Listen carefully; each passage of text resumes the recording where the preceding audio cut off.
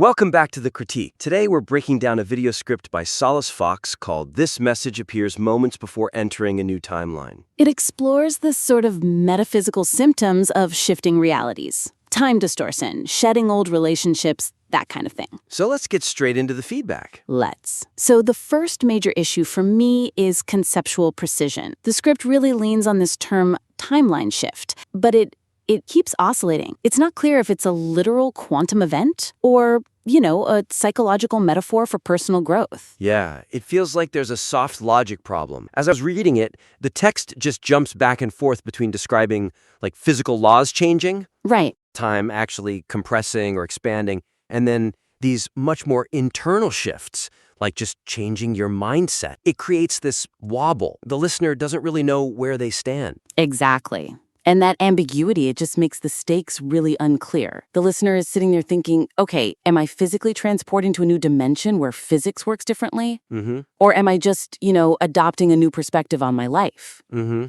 Because the script tries to have it both ways, it just dilutes the impact of the advice. It really does. If it's literal, we're basically writing sci-fi. If it's a metaphor, it's a self-help guide. Hovering in the middle leaves the listener wondering if they should look for a glowing portal or just call a therapist. So the argument is that this ambiguity weakens the speaker's authority. It feels uncommitted. Precisely. It creates a deficit in narrative trust. So my suggestion is to establish a prime metaphor really early on, and then just stick to the logic of that specific world building. You need to ground the listener's experience. You have to pick a lane for the logic and anchor every single point to that. If you don't, the listener just spends half their brain power trying to figure out the rules you're making up. That makes total sense. And the script has some really beautiful language, but like you said, it's just unmoored. It is. So, for example, instead of vaguely saying reality is somehow softer, which is poetic, but, what does that mean? Right. Define the mechanism. You could frame it as consciousness tuning, like a radio dial. And if you use that model, then static suddenly makes perfect literal sense within that metaphor. Or you could frame it as quantum branching, like a train switching tracks. You just have to choose one so the listener knows the rules of the game. The material actually brings up an optical illusion analogy later on, doesn't it? That feels like it could be a candidate for this prime metaphor. It does, and that's a perfect opportunity to fix this entire structural problem. The script mentions that optical illusion where you see a new picture from the same lines, like the old woman and the young lady illusion. Yeah, I know the one. You could use that to anchor the whole piece. Just say something like, just as the optical illusion doesn't change on the paper, your physical world hasn't changed, only your lens has. And that instantly resolves the confusion. It tells the listener, okay, we're talking about perception, not teleportation. I see what you're getting at. It would ground that whole time distortion element too, which was one of the more confusing parts for me. Right. When the script says linear time is compressing or expanding, instead of saying it operates on different rules, which implies the universe itself has changed. Mm-hmm. You could phrase it as the listener's perception processor, just lagging or speeding up. Keep the logic internal. You could say your internal clock is rebooting, so the external world seems to drag. It keeps the logic tight and believable. It shifts the focus from magic is happening to me to I am processing the world differently. That leads us really nicely into the next part. There's this whole section, this list of symptoms to help the user diagnose their situation, but it felt a bit scattered. Yeah, the diagnostic section. This brings us to the second point, diagnostic specificity versus the Barnum effect. The section that lists the physical and emotional symptoms, it tries so hard to be universally relatable that it just risks becoming meaningless. It's too broad. I definitely noticed that. It says things like unexplained exhaustion or the opposite, electric restlessness. Exactly. And it mentions appetite change, which implies you could be more hungry or, less hungry. That is the classic Barnum effect trap. It's like a horoscope that says you are very generous, but sometimes you like to keep things for yourself. Right, it covers all the bases. The weakness is that either-or phrasing. It covers every possible human experience. Tired or wired, hungry or full. The script loses authority because any state of being qualifies as a symptom. If I'm just having a normal Tuesday, I fit the criteria. If I'm having a crisis, I fit the criteria. Yeah, I can see how that just dilutes the urgency. If everything's a symptom, then nothing is a symptom. Nothing special is happening, exactly. It just becomes noise. So the suggestion is to lean into specific, idiosyncratic details that feel really unique to this phenomenon, not just generic stress symptoms. You want the listener to hear it and think, whoa, how did they know I felt exactly that? We need that insider nod feeling. Okay, so let's look at the part about physical sensation. How would you rewrite that to make it sharp? I just cut the exhaustion or restlessness dichotomy. It's too generic. Instead, I'd focus on a unique sensation that's actually mentioned in the intro, the static electricity feeling. That's excellent. Lean into that. Or describe that specific feeling of walking into a room and forgetting why you're there. Not as forgetfulness, but as a glitch. That feels distinctive. The script also talks about dreams shifting, seeing doorways or bridges that felt a little cliché, maybe. It is. Doorways are a very common trope. I'd refine the dreams section to reference something that's mentioned later in the script, the split awareness. Describe a specific, jarring dream texture, like being physically in a house you know, but all the furniture is wrong, or the light is coming from the floor. That's a specific, uncanny detail that hits harder than just vivid dream. That makes sense.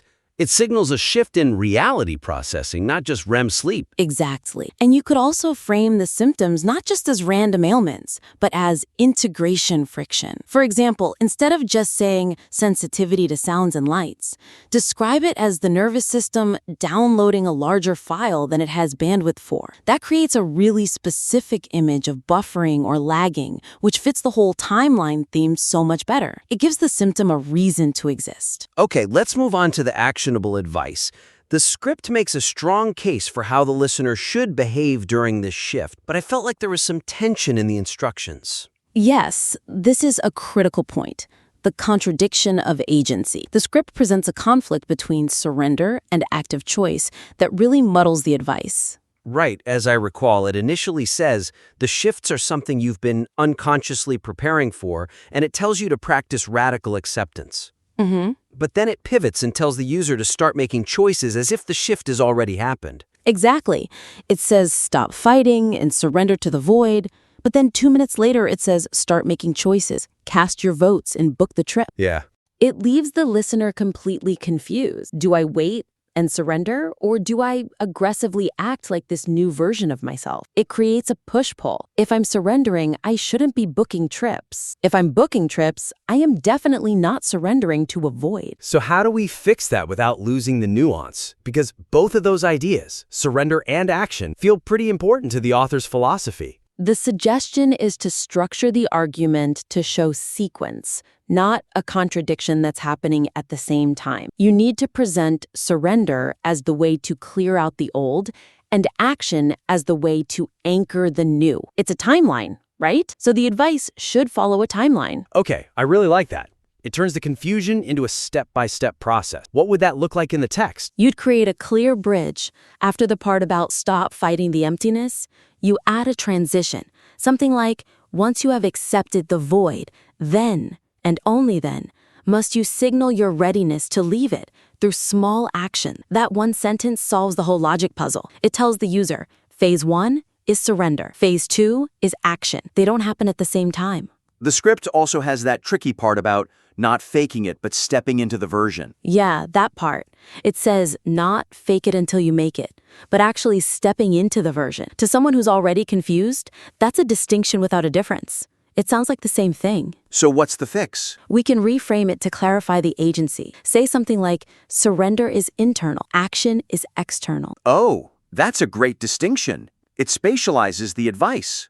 Right? You tell them, internally accept the confusion. That's the surrender. Externally, book the trip or have the difficult conversation. That's the action. It separates the realms so the listener doesn't feel like they're trying to do two opposite things at once. And what about the part on relationship? The whole friends falling away bit? That's usually a pretty painful point for people, so clarity is key there. That's another great place to clarify agency. The script says relationships will show cracks. People will pull back. We can use that section to clarify the listener's role. Make it clear that you don't cut people off. That's an active, aggressive move. Which contradicts the flow state. Exactly. You simply stop holding on to those who drift away. That is surrender. But you do actively engage with new people who get you. Again, it's about sequencing the passive release of the old with the active embracing of the new. Let's shift gears a bit to the overall structure of the piece. We've talked concepts, but how does the script actually flow from beginning to end? This brings us to our fourth critique, structural pacing and the false ending. The conclusion suffers from what I'd call run-on inspiration. It feels like it ends 3 different times before the actual sign-off.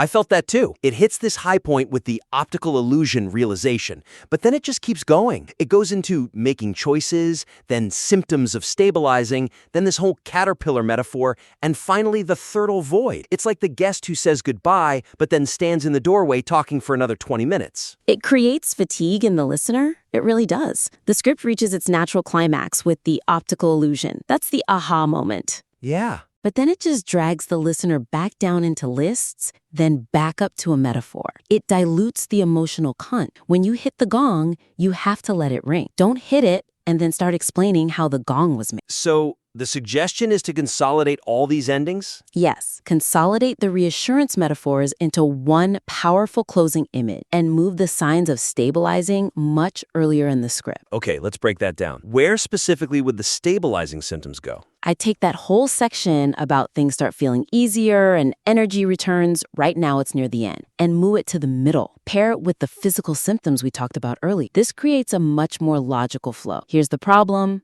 the negative symptoms, here's the solution, surrender and action, and here's the outcome, the ease and energy returning. By putting the good news earlier, you give the listener a light at the end of the tunnel before you ask them to do the hard work. That definitely smooths out the narrative. It's that classic hero's journey structure. What about the metaphors at the end? We've got the caterpillar and the fertile void. You have to choose one. Right. Using both is redundant. It just clutters the mental imagery. The fertile void aligns so much better with the emptiness theme from earlier in the script. The caterpillar metaphor is, a bit of a cliche.